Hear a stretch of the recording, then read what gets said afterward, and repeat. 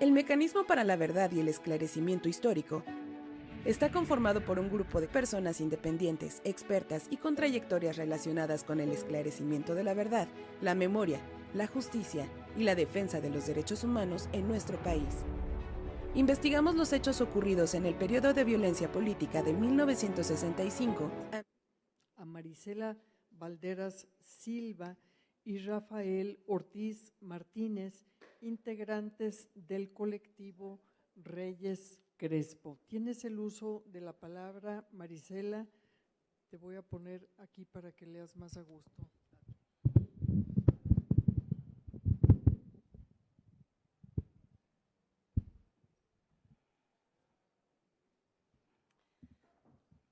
Buenas tardes a todos. ¿Me escuchan? Bueno, es un honor estar aquí junto a mujeres y hombres que un día soñaron con un mundo mejor, que fueron congruentes con sus pensamientos y no dudaron en arriesgar la vida por defender sus ideales. Se enfrentaron a un Estado que, por cierto, decidió exterminarlos. También con los familiares que aún buscan a los que desaparecieron y con las familias que sufrieron el terrorismo de Estado. En Sinaloa, a finales de los 60, muchos jóvenes universitarios nos involucramos con causas populares, mayormente campesinas. Hoy me reencontré con los compañeros del Tajito. Me dio mucho gusto después de tantos años, ahí estuvimos con ellos. Muchos de nosotros nos fuimos a vivir a los ejidos. Yo me fui a Corerepe a dar acompañamiento a los campesinos en sus luchas, y eso fue algo que el gobierno no pudo tolerar, por lo que sufrimos persecución, lo que nos llevó a radicalizarnos. Incontables amigos y compañeros fueron torturados, encarcelados y desaparecidos. Es difícil y doloroso para mí contar lo que nos pasó. Durante décadas fue silenciado, pero es necesario romper ese silencio, porque no debe repetirse esa barbarie. No debe ser torturado nunca, ni desaparecido, y menos torturada una mujer embarazada. 3 compañeros y yo fuimos víctimas de graves violaciones a los derechos humanos, detenidos en julio de 1974 en Guasave, Sinaloa, con violencia sin orden de aprehensión, trasladados a Culiacán, Sinaloa, y ahí retenidos y desaparecidos por varios días en condiciones extremas.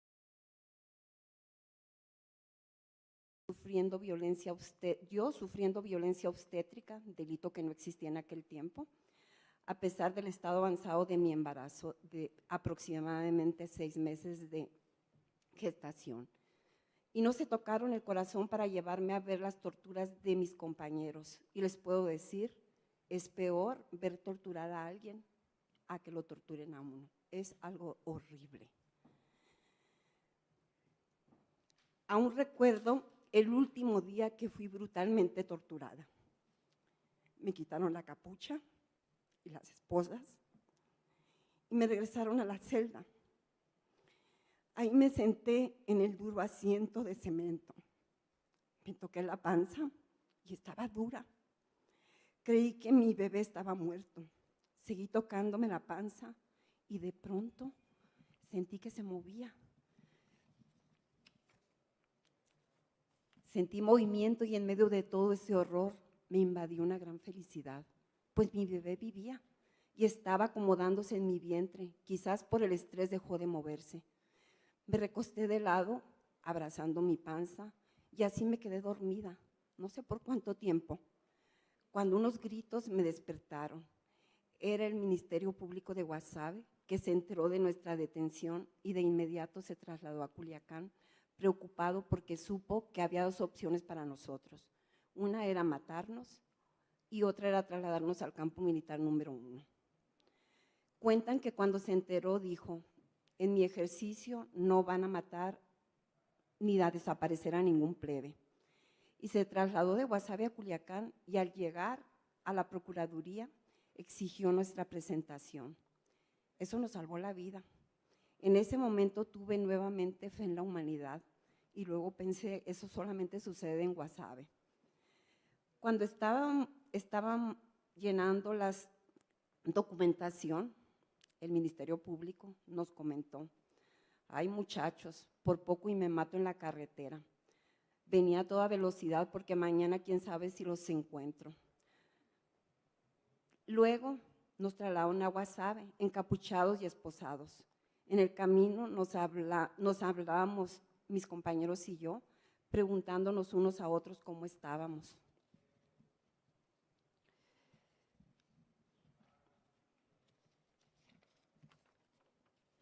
No podíamos creer que aún seguíamos vivos, porque estábamos seguros que nos iban a matar.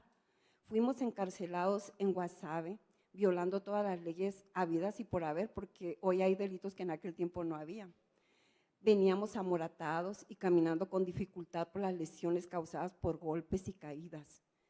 Yo, a consecuencia de la tortura, tuve amenaza de parto prematuro, el cual fue atendido y evitado gracias a la intervención oportuna de un médico que mis familiares tuvieron que llevar a la prisión, ya que en la misma no se me brindaba ninguna atención médica relacionada a mi embarazo, ni a nada, ni a las secuelas de la tortura. A pesar de lo anterior, un mes después, el 24 de agosto de 1974, tuve un alumbramiento pretérmino que presentó diversas complicaciones, lo cual puso en peligro mi vida y la de mi hijo, que además de nacer prácticamente como un prisionero más, tuvo que superar en sus primeros meses las complicaciones derivadas del parto prematuro, con peso extremadamente bajo, incrementado por la mala alimentación que recibíamos, así como deficiencias respiratorias, por lo cual tuvo que ser colocado en incubadora con oxígeno para sustentar su supervivencia. Mi familia fue perseguida después de mi detención. Mi padre perdió su trabajo de maestro de secundaria como una forma de represalia de las autoridades que en dichas épocas actuaban en contubernio para someter bajo presión a los familiares. Cabe señalar que solo por la intervención del sindicato que lo apoyó pudo posteriormente reincorporarse a sus funciones. En el caso de mi madre y mis hermanos menores de edad, en ese entonces de 17, 15, 12 y 11 años, fueron víctimas constantes de hostigamiento por parte de las autoridades, lo cual los obligó a pasar una larga temporada escondiéndose como si fueran criminales, prófugos de la justicia, que no solo los afectó emocionalmente, sino también en su desarrollo educativo, porque tuvieron que dejar la escuela, la casa, se fueron a ranchos cercanos para ocultarse. Lo anterior dificultó de manera drástica su reincorporación a la sociedad y su desarrollo educativo. Los amigos y vecinos no querían tener contacto con la familia por el acoso que presenciaron, lo cual los hacía ver ante los demás como criminales. Mi esposo, Gonzalo Insunza Cervantes, fue detenido en diciembre del 74, y fue sometido a duras torturas y cárcel en Guasave, Sinaloa, quedando con graves secuelas tanto físicas como mentales, lo que provocó diversas complicaciones en el desarrollo de su vida adulta, ya que debido a los traumas generados durante la tortura limitaron su capacidad de fungir su rol de padre, y desarrolló diversos problemas de salud a través del tiempo, mismos que derivaron en su muerte en julio de 2021. Lo que sufrió no solo lo limitó como padre, sino que privó a sus hijos la oportunidad de contar con una figura paterna y conocer quién era su padre antes de pasar por los traumas anteriores señalados. Era una persona diferente, un tipo divertido, pues que trató de luchar por sus ideales. Las violaciones a los derechos humanos que mis compañeros y yo sufrimos generaron secuelas físicas y mentales en todos nosotros, las víctimas, y en los miembros de nuestra familia que perduran aún hoy en día. Existen las secuelas. Por todo lo que les conté, nosotros, mi compañero y yo, del colectivo Rodolfo Reyes Crespo, que se llama así en honor del primer compañero desaparecido de nuestra organización y que no tiene familia, y nosotros quisimos honrarlo poniéndole el nombre a nuestro colectivo.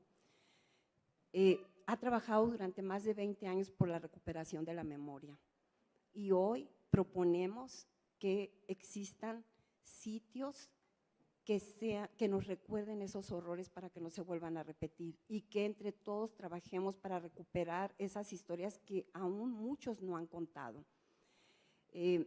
Esos sitios donde fuimos torturados, donde detuvieron a compañeros nuestros, que ahí quede esa evidencia. ¿Por qué? Porque no sabemos qué nos depara el futuro, qué nuevos regímenes vengan de derecha o dispuestos a hacer lo mismo que nos tocó sufrir a nosotros, y nosotros estamos ahí con nuestra memoria para recordar que eso no debe de repetirse.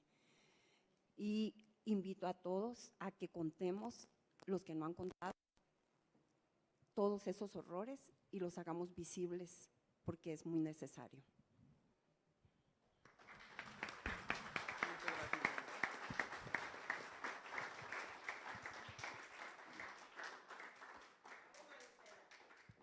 Bravo. Muchas gracias, Marisela, y cedo la palabra a Rafael Ortiz Martínez.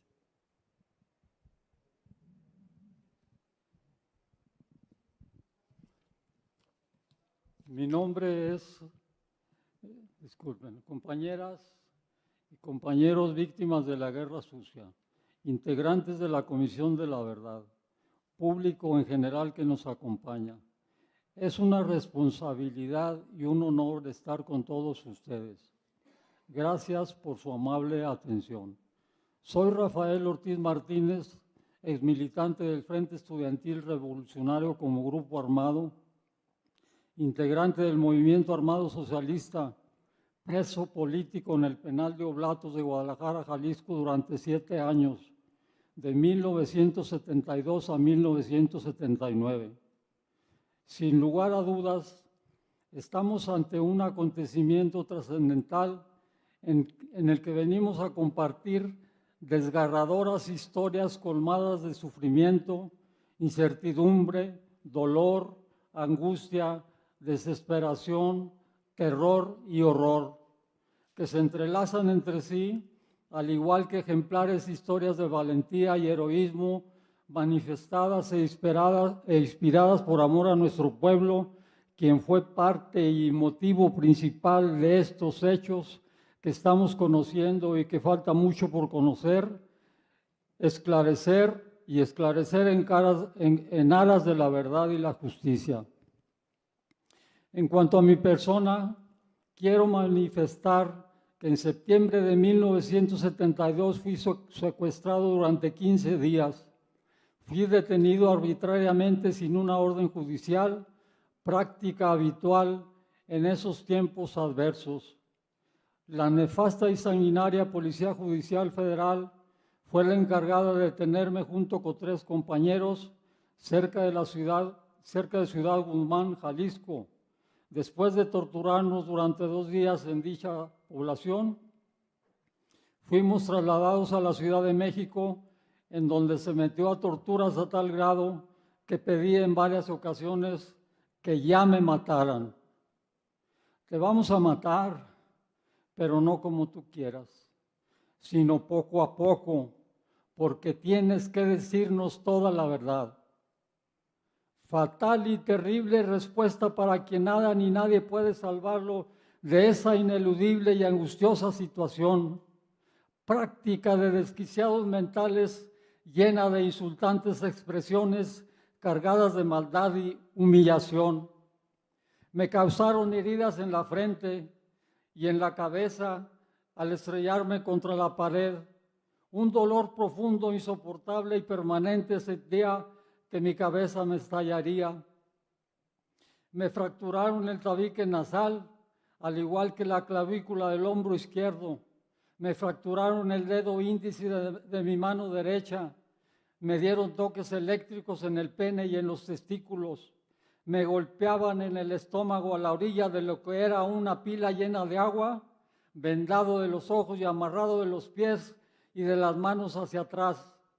Con una soga amarrada a mi cuerpo, me aventaban a la pila hasta que me estaba ahogando, me sacaban estirando la soga, me volvían a golpear en el estómago, vomitando el agua que había tragado.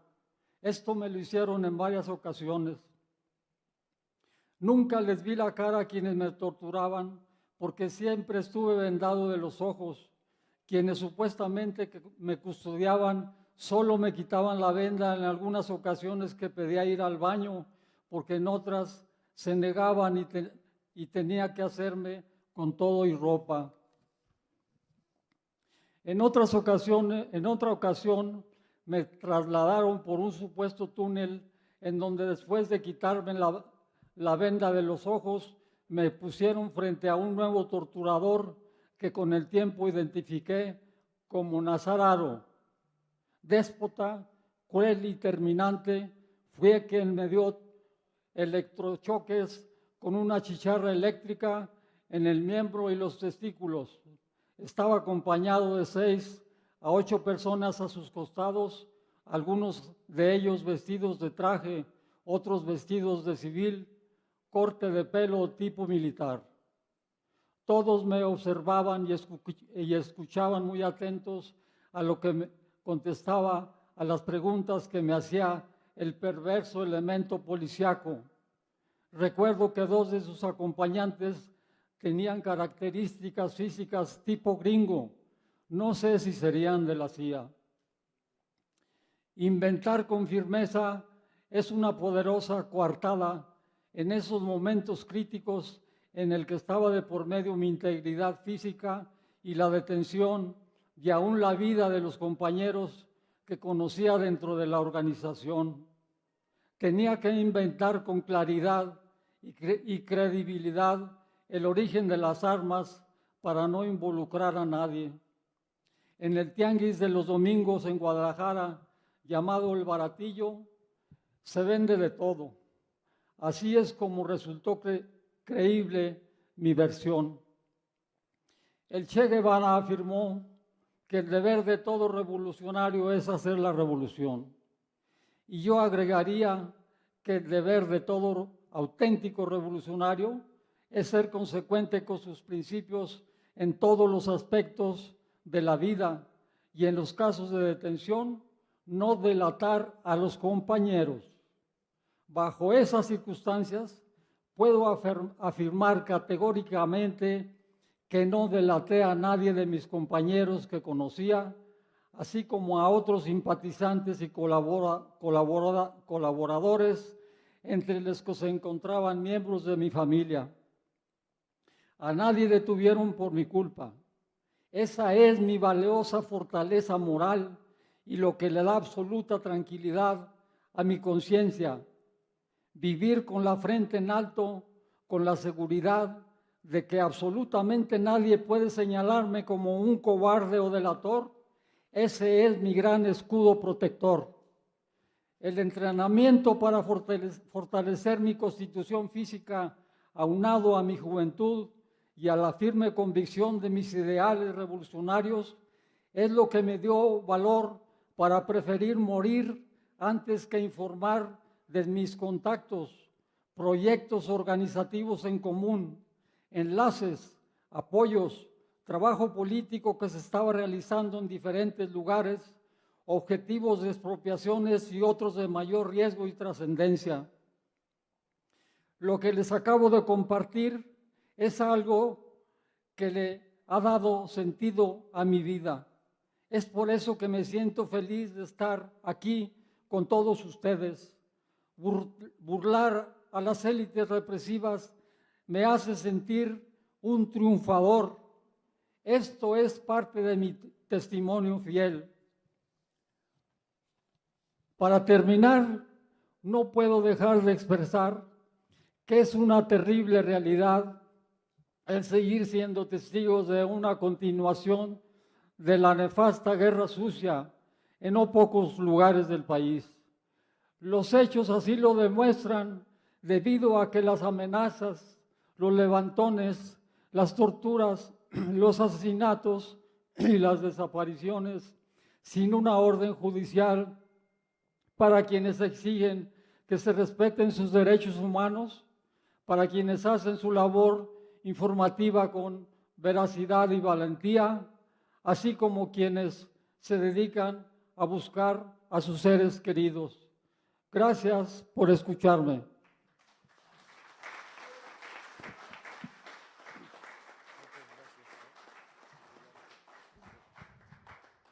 Me pide Marisela de hacer algún breve comentario. Tienes el uso de la voz. En el anterior bloque pasó un joven, Michel, apellidado, y me dio mucho gusto encontrarlo, porque yo conocí a su padre, y su padre trabajó por la amnistía de nosotros, y le decíamos el Hitler. Y hoy lo encontré y vamos a enriquecer esa historia que estamos recuperando. Muchas gracias al hijo de Michel.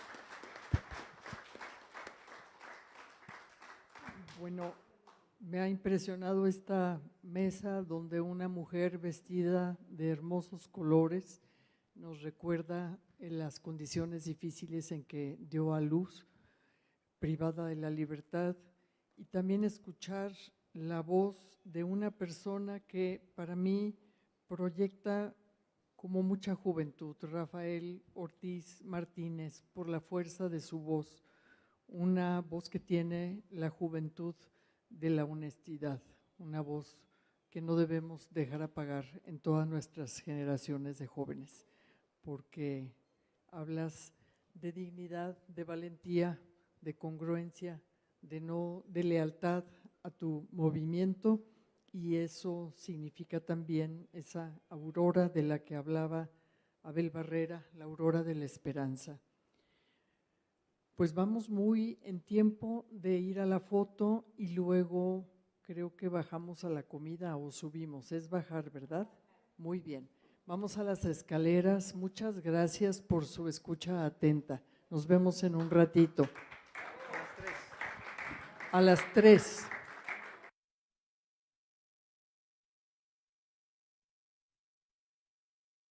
Independientes, expertas y con trayectorias relacionadas con el esclarecimiento de la verdad, la memoria, la justicia y la defensa de los derechos humanos en nuestro país. Investigamos los hechos ocurridos en el periodo de violencia política de 1965 a 1990, que constituyeron violaciones a los derechos humanos.